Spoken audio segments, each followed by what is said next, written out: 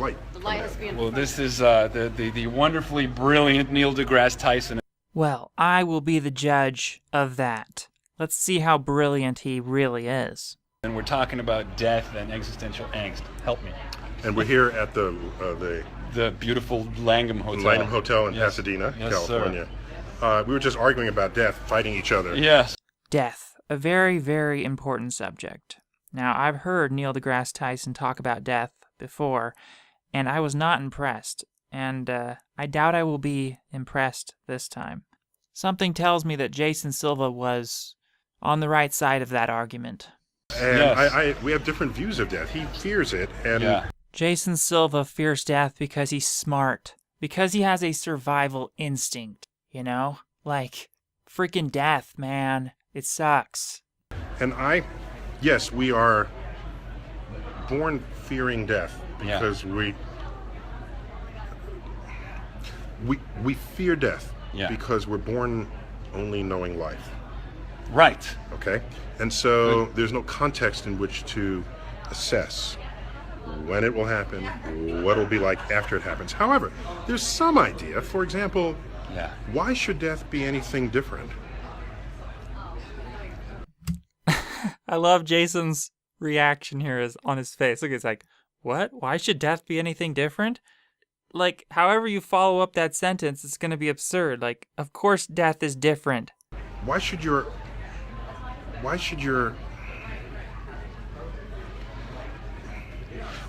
why should the absence of life after death be anything different than the absence of life before you're born? Well, I agree with that. I don't Okay. necessarily think that death is something that hurts, but I think that as creatures of mind and meaning that we are, 'cause I'm not a Buddhist, I have deep attachments to art and to love and to the people around me and to the spaces in which we dwell. And the idea that, you're a breathing piece of defecating meat destined to die and ultimately no more significant than a lizard or a potato is not especially uplifting. These are the words of Ernest Becker in his book, The Denial of Death. Okay, so what wait, do we do? that's it. Okay. How does science help us deal with the angst of being temporary beings who nonetheless can write poetry and love? So See, Jason Silva understands that the problem with death isn't some kind of suffering you're going to experience after you're dead. That's not the problem. The problem with death is that it will be like before you were born. And before we were born, we didn't have a life. And that's the problem. Life itself is good. And so the absence of life is the problem. And Neil deGrasse Tyson was about to go into some weird argument that death is okay, death isn't a problem because it'll be like before you were born. That's not the point. Yes, death would be like before we were born. We didn't have a life before we were born. If we die, we won't have a life, we won't have an existence. But that's not a comfort. The problem still remains that it's the absence of what is good, the absence of joy, of fun, of all the beauty that we could experience in life. It's the fact that we'd be missing out on all those beautiful experiences. We'd have an eternity of non-existence. We would have no meaning if we're dead, right? You can't have meaning if you're dead, if you don't even have a consciousness. So that's the problem. It's what we would be missing out on. That's what makes death such a tragedy. And Neil deGrasse Tyson, for him to just try to rationalize death and defend death and attribute some kind of positive quality to it and romanticize it, it's truly disgusting to me. I also love Jason's point about attachment. Jason Silva really is attached to life, and that's why he fears death. It's that survival instinct that I was talking about. And the more you have that attachment to life, the more you're going to fear death. It just makes sense. And we should be attached to life. I mean, life is all we have. It's the most important possession that we have, is our own life. So, the moral of the story is, get attached to living and fear death.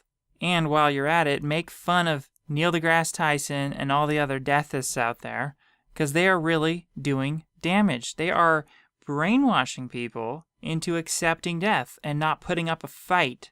We need to be fighting death. We need to have that fighting spirit and be doing everything in our power right now to bring about the technology that's going to give us indefinite life extension as soon as possible. I would assert that the poetry and the love and the art and the creativity are what give meaning to the life that we will know only once. And were we to live forever, what motivation would there ever be to write a poem? Fair enough. Fair enough. No, not fair enough. That was not a good point at all. Neil said, if we were to live forever, what motivation would there be to write a poem? There'd be plenty of motivation to create art. It's still fun, even if you're living forever. In a society of immortal people, there would still be people creating art. There'd still be people doing what they do, whatever their hobbies may be, because they enjoy it. Neil deGrasse Tyson is like acting like, oh, if we were living forever, no one would do anything. They wouldn't create poems and stuff. It's silly. Okay, now let's just say hypothetically Neil deGrasse Tyson is right. And if people were living forever, nobody would be writing a poem. And people wouldn't be creative anymore. So what? It's still better to be alive in that world than to be dead. Okay, so it's still not a good argument. And here's the thing. If we don't live forever, then it's all sound and fury signifying nothing. And you think to yourself, it is a lot of noise and sound and fury. And where's it going? Not going anyplace. It's going... So, it just seemed like a big, meaningless thing. It's a lot of sound and fury signifying nothing. What's the point of your life if you have to die? There's no point. The meaning of life comes from the fact that we could potentially live forever. If we don't live forever and we just end up rotting in the ground, then really that's what makes life meaningless. So it's really the opposite of what Neil deGrasse Tyson is saying here. It's probably my angst that makes me want to make videos to begin with. I can tell you my knowledge that I will die gives focus and meaning to every day that I am alive. But whatever happened to do not go gently into do not go quietly to that good night, rage against the dying of the light? I mean, don't you think that eventually we need to a Manhattan Project against against mortality? The way to rage against the dying light is to be as alive as possible while you are. Jason Silva is so clearly on the right side of this argument. Death is humanity's #1 problem. Neil deGrasse Tyson is so wrong. This is just an example of how someone could be so smart in one area, but then so dumb in another area. When it comes to philosophy relating to life and death, and living forever, and life extension, so many of these atheist people are just so dumb. Jason Silva is just one of the rare ones that is smart on this issue. And of all people, atheists should be the most into life extension. We should be the most into living forever because we don't believe in an afterlife. For us, this is it. This is all we believe in, is this life right here. So logically, it should follow that we want to live forever here on Earth. It's so obvious, so basic. All of this should be basic. It should go without saying. This is all obvious. This is all just me vocalizing what should be readily obvious to everybody currently alive. This interview right here is cringeworthy stuff. I mean, you should be cringing right now. It's awful. So that it's not about the last moment where you are fighting your way into the casket because you were fighting your way every day you were alive. Well, yeah. This is what grants meaning. It's what gives value. When you give flowers to someone. Oh no, not the flower argument. This is atrociously stupid. When you give flowers to a loved one on a special occasion, are they made of plastic so that they live forever? No. They're made of flower petals. There's a pistil, there's a stamen, there's a stalk. And that will all die. And it's the fact that it dies that empowers our emotions to appreciate it that much more. So the finiteness of life forces me to appreciate every sunrise that I wake up every day. And if I lived forever, I don't know that I would have those emotions or those feelings. I assume you've done this before. Why not give them plastic flowers? They'll last longer, but you don't. You give them real flowers because you know the real flower will die. So that the measure of the value of that gift is manifest in its temporality. Well, I guess because we give real flowers to people as presents, therefore, death is good. Therefore, we wouldn't want to live forever because we give real flowers. We like real flowers better than plastic flowers. Therefore, death is great. Woo! According to Neil deGrasse Tyson. Idiot. And I think that there's something really poetic, and it's also a form of deathist rationalization to say that. You can say that again. It's a form of deathist idiocy. My very good friend. Perhaps, I grant that, but it doesn't Ray make it less true. Doesn't make it less Fair true. enough, fair enough. But Ray Kurzweil was asked this question because, you know, he's the head of engineering of Google. I finally met him. Oh, yes. Did you guys talk about the singularity? Because I feel so bad talking about people's work until I get to talk to them. Okay. So I talked to Ray Kurzweil about this, about everything. Well, he says it's not death that gives meaning to life, but life that gives meaning to life, and what we do with life, like creating knowledge, like creating art, like extending our hands towards one another. And I don't know, I fantasize about engineering a utopia beyond time. Okay, so engineering our own godhood. I just love Jason Silva's enthusiasm. Transhumanism is about thinking huge. Like Jason just said, engineering our own godhood. That's a big idea. It's bigger than Neil's just, let's accept death because, I wouldn't be motivated to get out of bed in the morning if we didn't die. if we live forever, why ever even get out of bed in the morning? Because you always have tomorrow. See, one of these ways of thinking is bigger, but most importantly, one of these ways of thinking is more survival-oriented. The way Jason is thinking is about self-preservation. Neil deGrasse Tyson's way of thinking is about accepting death and ultimately accepting a meaningless existence. And that's pathetic. You know what? I can't believe I ever liked someone who could just roll over and die like this. Why would you accept death when you could strive to live forever?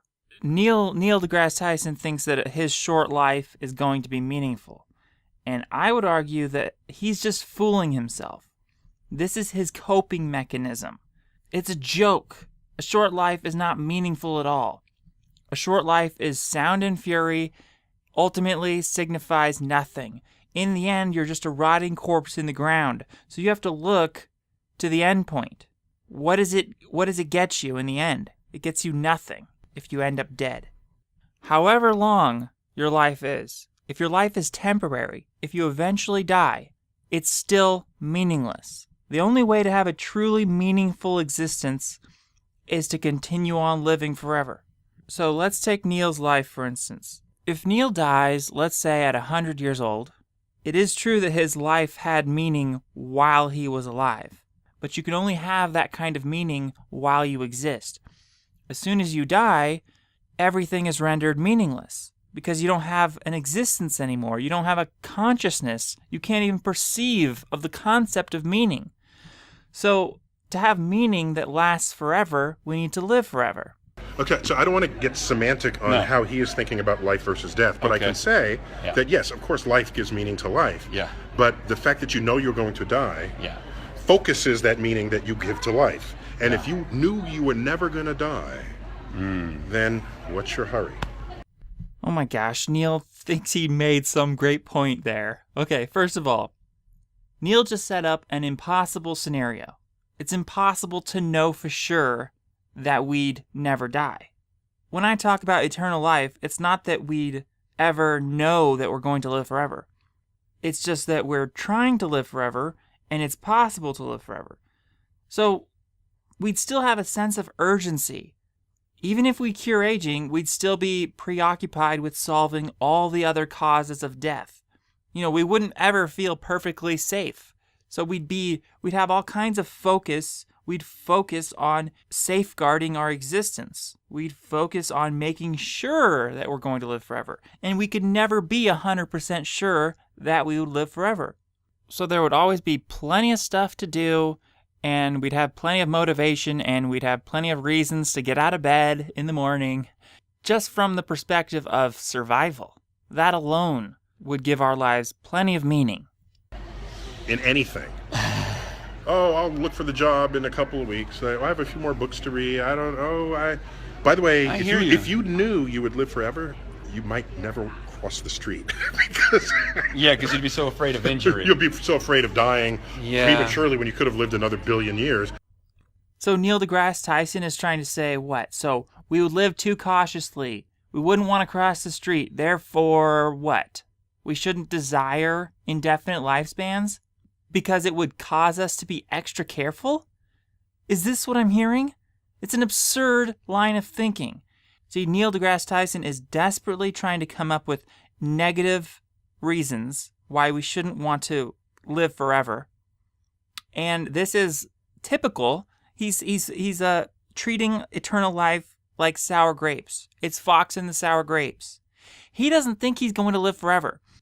So he's trying to come up with reasons why it's undesirable so that he can pat himself on the shoulder and be happy with his short life. That's what this is about. This is him trying to cope with his own death, and he's ignoring all the positives, like the fact that if we cured aging, we'd save innocent lives. Old people are suffering right now. They're dying needlessly because not enough attention and resources is going towards anti-aging, towards indefinite life extension. And people like Neil are slowing progress down because he's brainwashing his young fan base to not care about curing aging because he's making them all passively accept death with these lame arguments. As far as I'm concerned, if we had indefinite life extension and people were more cautious because they'd have so much more to lose, if we have indefinite life extension, people will be way more cautious. They'll live way more safely. They'll be safer people. That's a good thing. It's a good thing that people live cautiously and always have that better safe than sorry mentality, thinking that if they mess up, they're not just going to lose the rest of their short, meager life, but they're going to potentially miss out on eternity. That's how people should behave right now. That's what they should be thinking right now, because eternity right now is a possibility. That would change the dynamics of how we make decisions. Well, you know what, and the risks that we take. So all I'm saying is, I want to make sure. My personal philosophy is that of Horace Mann. Horace Mann. He was an educator from a century ago. Okay. And there's a quote. Attributed to him. Where he says, and I want this on my tombstone. Ready? Be afraid to die until you have scored some victory for humanity. Be afraid to die until you have scored some victory for humanity. That quote is so stupid. It's basically saying, okay, you do some humanitarian endeavor, and then what? All of a sudden, it's okay to die?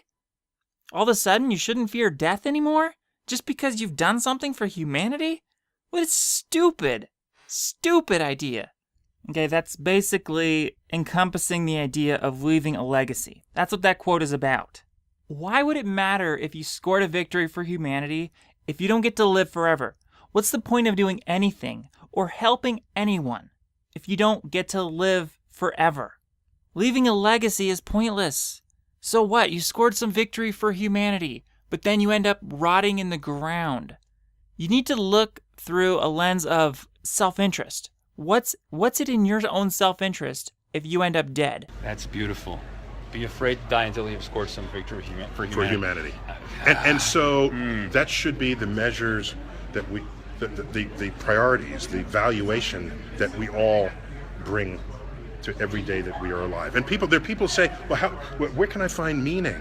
As though meaning is under some rock or some, in a pocket somewhere. No. Meaning, you create meaning. Yeah. Yes, Neil, we create meaning. That's the point. That's my point. That's why we need to live forever, so we can continue to create meaning forever. Because as soon as you die, your meaning dies with you. You can only have meaning if you exist. Therefore, death makes your life meaningless. As soon as you die, your whole existence, your whole life is rendered meaningless and pointless. Okay? Yeah, you had meaning while you were alive. But in the grand scheme of things, how meaningful is that? How meaningful is it to just have a short blip of meaning and then it's all gone forever? What's the point? You understand that? You have to look at the greater picture, the bigger picture here. If you end up rotting in the ground, what's the point of anything? What everything you did in life was ultimately insignificant and pointless. You have to look at the end result here. And the end result of death is utter meaninglessness. Created with beauty and symmetry and patterns and art. And I agree, but symmetry. I just don't know. Are you a symmetry-phile? I like You like symmetry? I like No, you said aesthetic you experience. said symmetry. Yeah, elegance. I like beautiful, elegant things. Do you know the most beautiful things? Yeah. This could be debated, slight but or slight imperfection, No, and I agree with slightly that. asymmetric. And you say, I don't disagree with that's that. odd. Why is that? That's odd. That's odd. Those are beautiful. Yeah, that's true. You're right. Slight imperfections can be very beautiful. But death is not a slight imperfection. Death is a huge imperfection. Aging is a gross imperfection. It's not even comparable. There is no beauty whatsoever in the imperfection of death or aging, so that was a lame point. It was a lame thing to even bring up. Like, that's relevant at all. Talking about the beauty of imperfections and somehow relating that to death? So stupid. The little chipped tooth The makes her that much more charming. Dude. You know what I love about you, man? What's that? We gotta talk. We gotta hang out more. I know. We gotta hang out more. Thanks for coming on Star Talk. Oh, thanks. Yeah, that was good. You guys got to check out that episode. It's airing on Nat Geo right now. Yeah. So it's you can catch it online actually. Yeah. So listen. There was a quote from there, and it happened fast, and I missed it. Yeah. You said that you or your followers or people or the whole demographic is, what was it? You are drunk on curiosity. There's some what's the drunk word? On awe. Drunk on awe. Yeah. So I love that. Oh, do you, Neil? Do you really love the idea of being drunk on curiosity and awe? Well, if you were really drunk on curiosity and awe, then wouldn't you want to live forever? So that you could be curious and awe-inspired forever? Curiosity is something that the living can experience. And if you want the curiosity forever, you need to live forever. You're not going to be very curious if you're dead in the ground, are you? Because there's been all this science about awe. There's like I think Stanford University or something. I like it.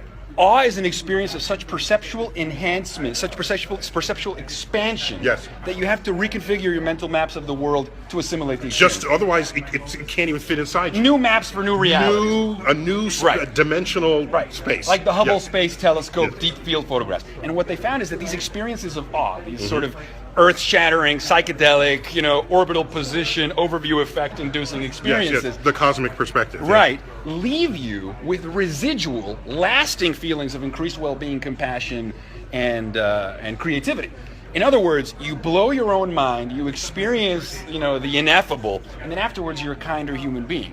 So thank you for helping spread awe into the world, bro. More like thank you for helping spread deathism into the world. Okay, awe. Yeah, I guess he has spread some awe.